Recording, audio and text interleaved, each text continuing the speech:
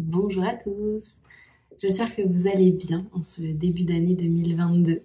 Je vous souhaite beaucoup de sérénité, de joie et évidemment une excellente santé, qu'elle soit physique ou mentale.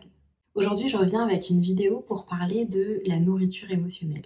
Si vous me suivez un peu sur Instagram, vous savez que j'en ai un peu parlé depuis le début de l'année là.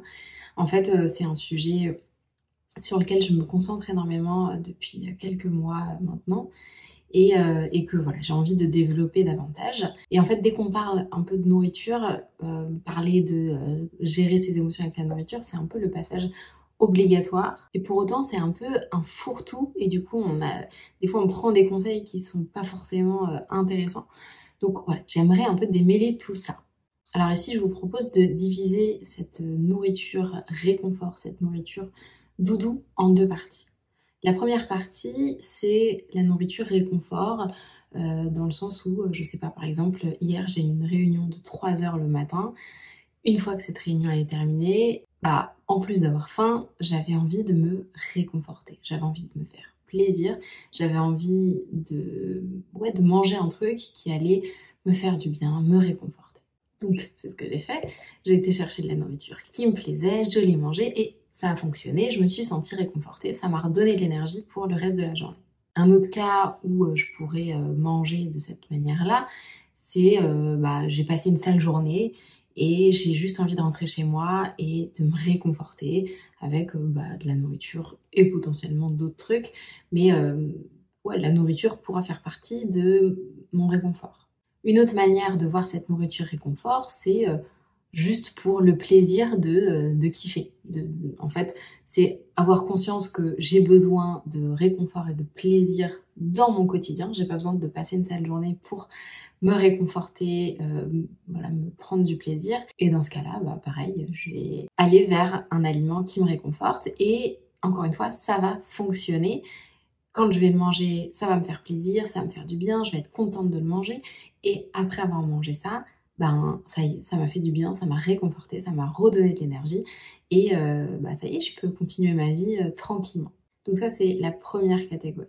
La deuxième catégorie de manger pour se réconforter, elle est assez différente. Les différences, elles se situent à plusieurs endroits. Déjà au niveau du comportement, là où dans le premier cas, on est excité, on a hâte d'aller acheter à manger ou de manger ce qu'on a prévu.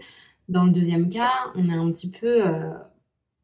il y a de l'excitation, mais il y a aussi déjà de la culpabilité de « non, je devrais pas manger ça ». La différence, elle est aussi que dans cette deuxième catégorie, on a tendance à manger en cachette. Si on vit avec quelqu'un au quotidien, on va avoir tendance à aller chercher à manger quand il n'est pas là, quand il est dans une autre chambre. Et même si on vit toute seule, même si on va vers la nourriture et que personne ne nous regarde, il y a un côté je mange rapidement. J'espère surtout que personne ne va arriver à ce moment-là. Et d'ailleurs, un signe qui montre qu'on est dans ce cas-là, c'est souvent qu'on ne peut pas s'empêcher de faire autre chose en même temps. On est forcément sur son téléphone en train de regarder soit les réseaux sociaux, soit une vidéo. On est devant son ordi, on écoute un podcast. On n'est jamais en train vraiment d'apprécier la nourriture qu'on est en train de manger. Bien souvent, cette nourriture, d'ailleurs, on la mange très rapidement. Et voilà, il y a vraiment un côté... j'ai pas envie de voir que je suis en train de manger. D'ailleurs, il y a beaucoup de filles à qui j'ai parlé qui me disaient, en fait, parfois même ça m'arrive de manger et de me rendre compte que j'ai mangé après l'avoir mangé. Comme si mon cerveau s'était mis en blackout et c'était pas moi qui décidais que là j'étais en train de manger ça, quoi. La grande différence, c'est aussi cette notion de...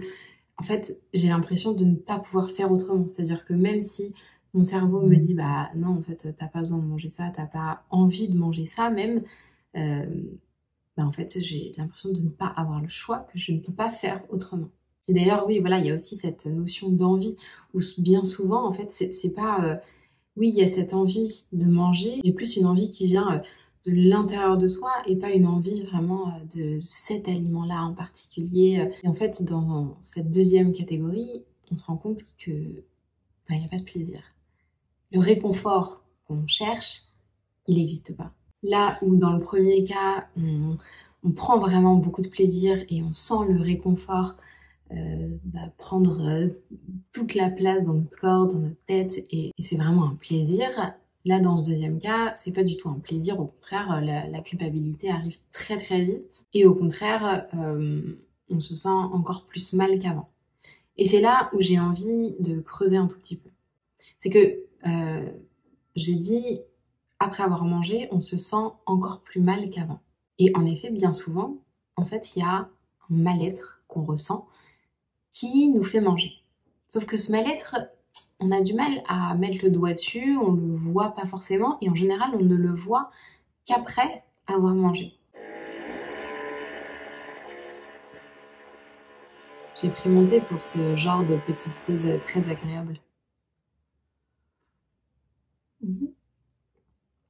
Cette notion de mal-être, elle est vraiment importante parce que autant dans le premier cas, on peut très facilement pointer du doigt les émotions qui font qu'on va vers la nourriture.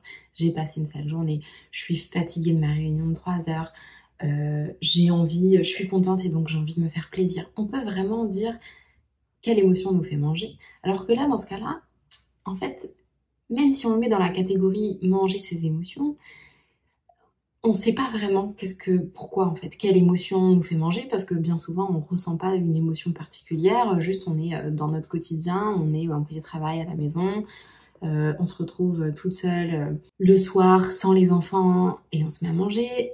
Il y a des choses voilà, qu'on n'explique pas trop, et du coup cette notion de mal-être, voilà, elle est un peu floue, et donc on a du mal à en parler. Et on a surtout du mal à savoir quoi en faire.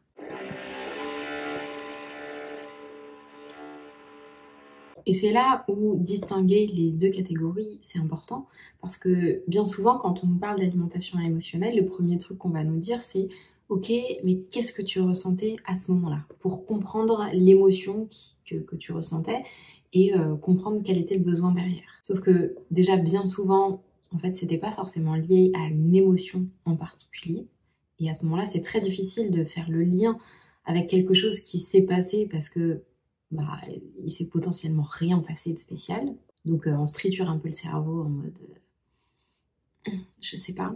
Et en plus de ça, dans ces moments-là, c'est-à-dire juste avant de manger, c'est quasi impossible de faire une pause et de se dire ok, je regarde mon émotion au lieu de manger. En fait, le comportement il est tellement automatique que c'est quasi impossible de faire une pause. Donc être dans cette démarche de regarder quelles sont les émotions que l'on ressent avant de manger, sans réussir à savoir quelle émotion c'est et sans même réussir à le faire, bien souvent ça nous met dans une situation d'échec total. Et c'est normal parce qu'en fait cet exercice il est peut-être pas vraiment adapté à votre situation, à votre cas à vous. Le deuxième conseil qu'on entend souvent, c'est essaye de faire autre chose que de manger. Appelle une pote, va marcher quelques minutes dehors, prends un journal et écris ce que tu ressens, va faire du sport. Et là, un peu pour les mêmes raisons que juste avant, c'est quasi impossible de faire autre chose que de manger parce que c'est tellement un automatisme. Et comme je disais tout à l'heure, en fait, il y a des personnes qui ne se rendent même pas compte qu'elles sont en train de manger jusqu'à ce qu'elles aient mangé. Donc en fait, c'est inimaginable d'imaginer faire autre chose avant. Et je pense que c'est intéressant de se poser la question de mais même si ça fonctionnait, même si j'arrivais à marcher dehors pendant ces moments-là avant de manger, est-ce que c'est ce qu'on veut?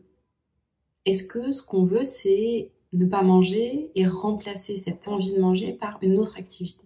Est-ce que le souci ici, c'est le fait qu'on mange? Ou est-ce que le souci, c'est la fuite? Parce qu'en fait, c'est vraiment de ça dont il s'agit. Si vous regardez tous ces moments où vous mangez de manière automatique, en cachette, rapidement, en faisant autre chose en même temps, bien souvent, c'est des moments où on se retrouve seul, où on se retrouve confronté à nous-mêmes. Donc bien souvent, c'est quand on essaye de travailler, par exemple. Sauf que cette fuite, elle est tellement automatique, elle est tellement rapide que bien souvent, on ne se rend même pas compte qu'on est en train de fuir.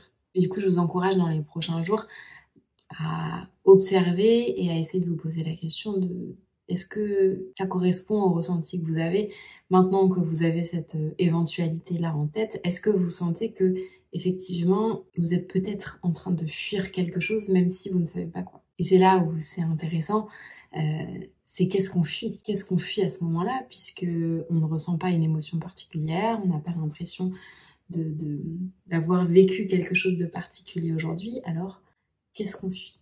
Qu'est-ce qu'on a envie de ne pas voir quand on va automatiquement vers de la nourriture, quand on est dans l'incapacité de rester avec soi-même, alors même qu'on a l'impression que tout va bien? Voilà, c'est cette question que j'ai envie d'aborder cette année avec vous. Et pour terminer cette vidéo, j'aimerais vous poser une question que je vous avais déjà posée en story il y a quelques temps, mais ça fait pas de mal de se reposer la question. C'est si vous deviez vous mettre une note entre 1 et 5 de qu'est-ce que ça fait d'être toi. Si tu devais décrire à quelqu'un quel est ton ressenti d'être toi de 1 à 5, quelle note tu mettrais? Ça dépend sûrement des situations, mais si tu penses à toutes les situations où tu manges de manière automatique comme ça, quelle est la note que tu mettrais? Si tu devais, par exemple, si tu devais donner ce ressenti à quelqu'un, si quelqu'un devait ressentir ce que tu ressens à ce moment-là, à ton avis, quelle note il mettrait? L'idée, évidemment, n'est pas du tout de juger cette note et en fait, le but, c'est pas d'avoir une note en particulier, c'est plutôt de prendre conscience de comment on se sent, nous, à l'intérieur de nous-mêmes, et d'avoir des pistes de réflexion, des pistes de travail. Voilà, j'ai hâte de lire vos commentaires à ce sujet et hâte de faire d'autres vidéos à ce sujet aussi tout au long de l'année. Merci d'avoir regardé cette vidéo jusqu'au bout et je vous dis à très vite. Ciao!